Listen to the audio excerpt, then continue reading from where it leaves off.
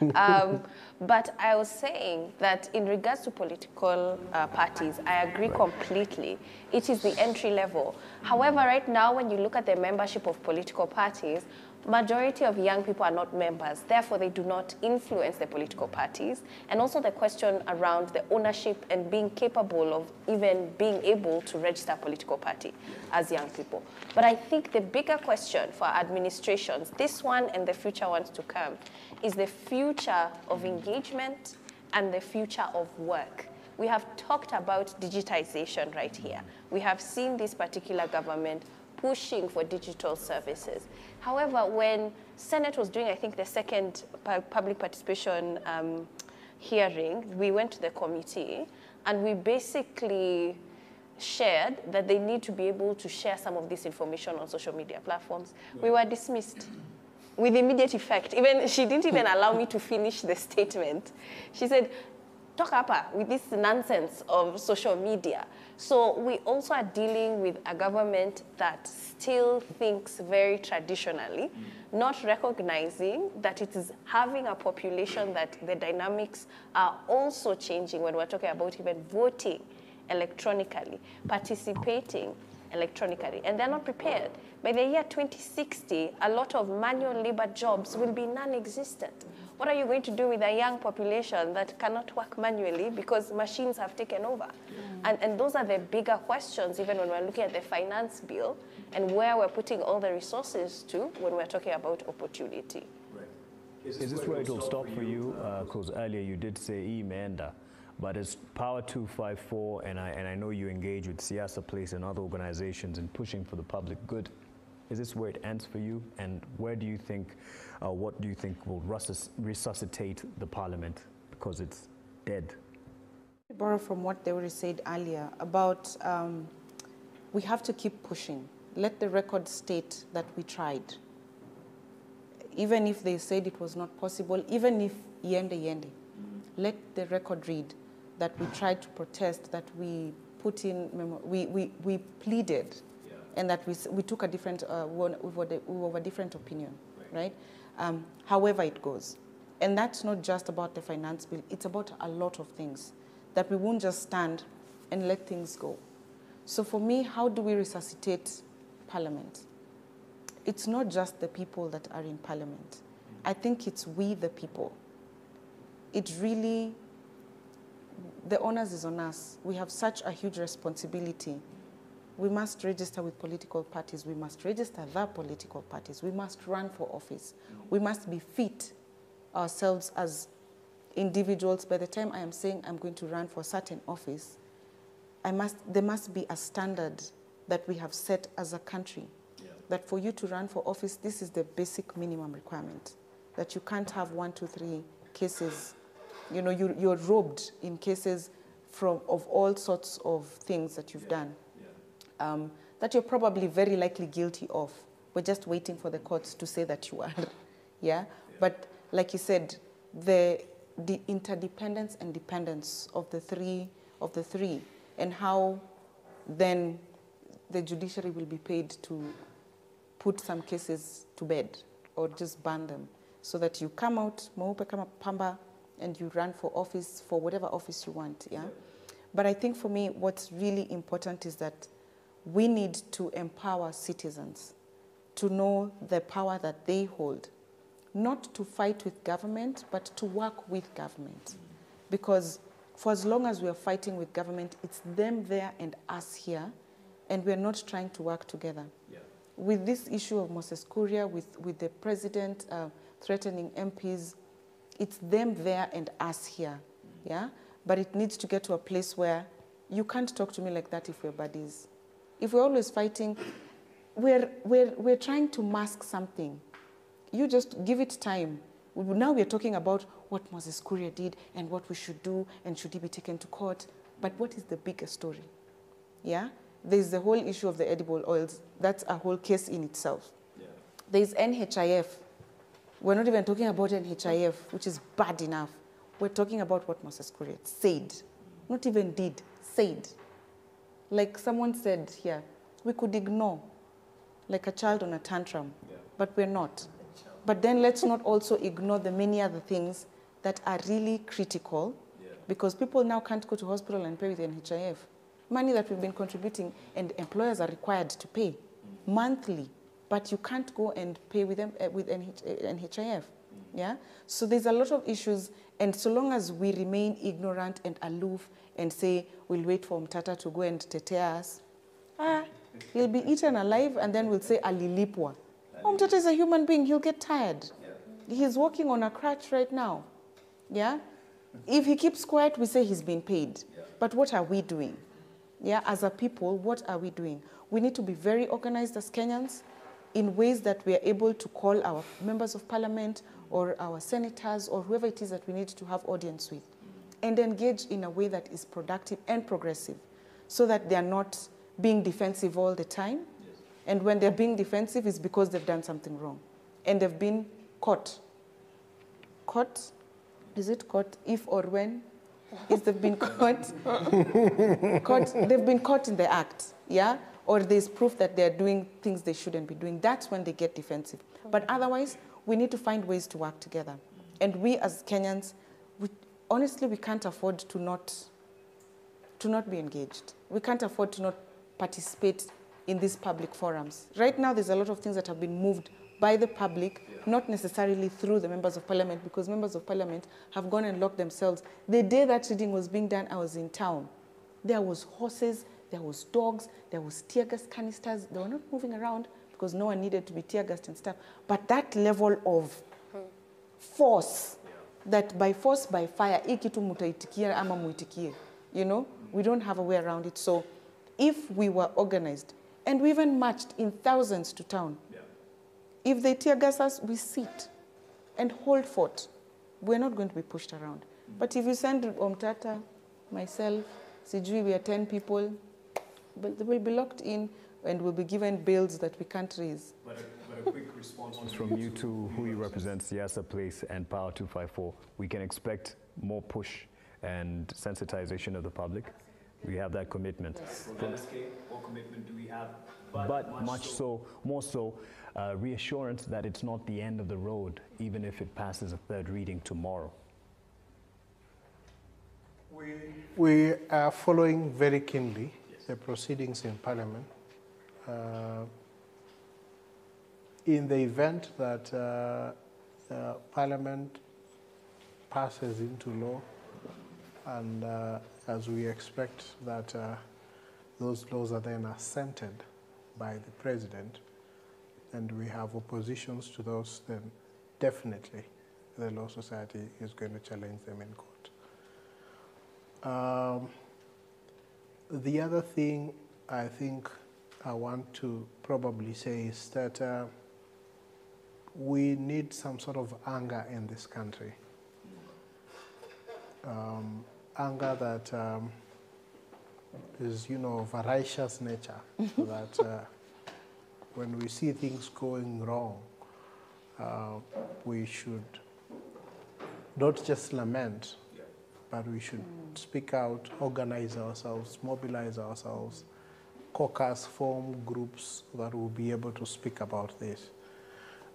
I believe that we are now in the era of social media, and social media is the most powerful tool to convert public opinion and shape it, and also change the manner in which we are governed.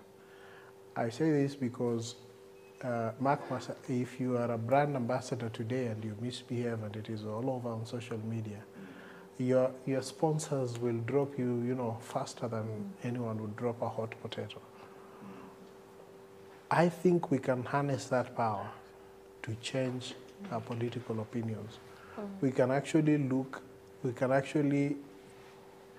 you know, be able to direct a type of anger against those who take public positions that are extremely harmful to the country, and do it in a manner that is sustainable, in a manner that is responsible, and in a manner that would make them rethink the kind of things that they want to do. If we get to that level, the same way the Nation Media House has done, you know, highlighting scandal after scandal, to the extent that the government now is so uncomfortable with the media house, and it is calling for, stop advertising, stop whatever. That sort of responsibility, if all of us in our spaces, we took up that responsibility, I can assure you that there is no politician who loves bad publicity. That every day when you go home, when you walk in the market and you do what, and this is what has made other societies to flourish. In the UK, for example, if as a minister or as a public official you misbehave, if you walk into a restaurant and the public has deemed you, if you haven't taken responsibility, apologized and do what, if you walk into a restaurant, the people in that restaurant would actually ask the owner of the restaurant, do you allow him, by allow him to sit and have a meal here, does it mean that he represents the values that you support? So you're given a choice. Should you ask him to leave because he represents values that you do not support? Or should all of us who think that he represents values that we don't support walk out? So you make the choice. Right. And you'll be requested, and you find that through that kind of system, people apologize when they make mistakes. People resign when they make mistakes. Yeah? What has happened to someone like Moses Kuria? Gaff and gaff and gaff after gaff. His foot is always in his mouth. But he doesn't even, he's not bothered because no one calls him to account for his action. But if it is consistent, that is consistently being called to account, to the extent that now when he goes home, his children and everyone else is looking at him. When he walks into a bar, he walks into a hotel, he walks into a church, the people will tell him, no, we can't allow you here because the statements that you make do not represent the values that we hold dear. And so therefore, unless you disassociate yourself from those statements, we are not going to allow you to come into this place. It is the only thing that can make this country take a turn and take us back to that age or to that period when every Kenyan believed in the Kenyan dream and, would arrest policemen who are taking bribes, would arrest people who are taking bribes in public office, would report those who are coming to the office and hanging their coats and leaving. Yeah. That's the only way we can get there. Maybe if I could just add. Yes. The question of anger. The anger is there, but it's being delayed. There's somebody putting balm on it, and it's the middle class. Really, we've got a very funny middle class, including Theory here. Right now, if you take his phone and look at the M-Pesa account, you will be shocked at how he's subsidizing the state. He's paying school fees for relatives. He's paying hospital bills for relatives. He's chankering here. He's chankering there. So he subsidizes the state. So things look like they're working. And that's what is delaying the anger. That we have got a middle class that has decided to subsidize the rogue state. So that NHIF has collapsed, they will send M-Pesa. Enter hospitality. He will do that. And that's now what is going to happen is that when that middle class is overwhelmed, then the anger will not be managed. And that's my fear, it will implode. And that's why we need to get a way of dealing with it before it gets, and it will take a very small spark. But let it get there. It will implode and the country will burn up. But why are we trying to, this is why we are where we are now. We've been trying to manage it. That's what I'm saying, that the middle class should... He's still paying his extra, and still paying. Yes, and that's why the middle class needs to wake up and say, we are not going to pay taxes if these things are not happening. But we are not going to be paying taxes and then subsidizing the state. You pay taxes, then the state doesn't deliver services, and then you go and deliver the services. And still that's where the problem is. So the middle class must stop subsidizing. And even if you look at my M-Pesa statement, I'm subsidizing the state. Even you. Even you. I have a question. Somebody has slept hungry. Please, tuma 200 siwezi kula. As we wrap it up, Me, I have a question to Mr. Deuri here and Senator, not just as a senator, but also as an advocate. If I'm not an advocate. If we stop, so I'm a citizen. Yes, so I'm not advocate in the room with kama and mawakili, aspiring one. kama mawakili, how, like what you said, how do we stop paying taxes? We have employed people, but we cannot not pay taxes because otherwise we cannot begin that discussion of what would happen to us. But how does the public not pay taxes, especially employers? If I can't buy bread and not pay tax for that bread, so that there's probably nothing I can do about. But the people who make bread, the people who pay salaries, all those, how do we not pay tax, whether it is legal or not, and bring this government to a standstill for, hiya, we need to do something about this? You see, that to me, it will be the taxpayers, mainly like now, if it's income, whatever. If you see like what happened in Karen. There was a Karen Langata something, on the association at one time. They were able to organize themselves and they put pressure on the city council that they will collect the taxes but are going to retain them in some way until some kind of services are delivered. I believe that, we have got trade unions, we have got employers, organizations, and whatever. These people are to caucus and become. We need political education, and they get politically alert. You forget about civic education, where you're told you vote this way. No, but political education. If that was to get to the level of the middle class, really, who are the manufacturers, who are the employers and employees largely in this country, then they would be able to say, okay, this is the deal we are going to have. We are going to deduct this money, but we are not remitting it. And the people back them up. That way we can control and come up to a country whereby we can force change in the way our taxes are used. I don't know if LSK is going to endorse that message. She asked a question.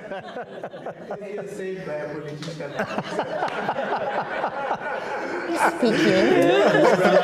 Let's wrap it there at that point, but you should be expecting some tweets from Moses Kuria, so be prepared because you've spoken directly to him. And I don't know why you mentioned a bar. You should have started with the church and not admitting him in church first, but it's okay. Maybe it was just one of the examples you were giving. Thank you so much, Nerima Wako from Siasa Place, and we expect more push in terms of finance bill and even just governance generally for the country and in the interest of the public opinion and public people. And thank you to the representatives here as well from Siasa Place who've joined you. Thank you to Senator Okiya Omtatah. Again, one of the few that I tip my hat to, and I just pray that you don't change. As you've said in your 9 months, you've said ground ni different, lakini usibadilike.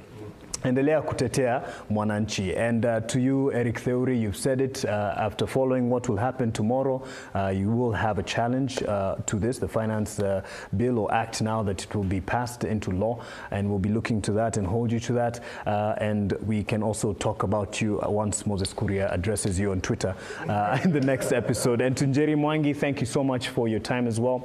Power 254, the work that you do in the interests of the public. We appreciate you.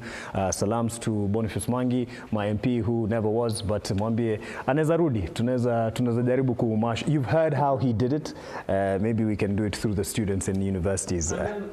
Yes. Mention for all of us, the level of fraud of what we are financing. I've been going through the budget estimates, and I've seen 60 billion being put aside for theft. Oh, wow. For construction of the SGR from Mombasa to Nairobi. Construction of the SGR. The loan, forget about the loan, it's a whole ball game. And we all that is there. But then in the current budget, there's an entry for constructing the SGR at 60 billion. So those kind of things we need to look out for. So even as we struggle about the finance bill, yes, what are we financing? A lot of budgetary corruption. Kurudisha tena studio hapa tuzungumzie hiyo. SGR is a hot topic when I was in the newsroom, and now that I'm here it's still following me. Tutakuita studio uzungumzie hayo. Baraka Katana, I'll let your word be the conclusion of this, and you say wonderful conversation right here. And I agree with you, Baraka. Thank you for those who've tuned in online. Thank you to my panel who's come and the physical audience as well here. We do it again next week on the Social Newsroom. Have yourself a good night.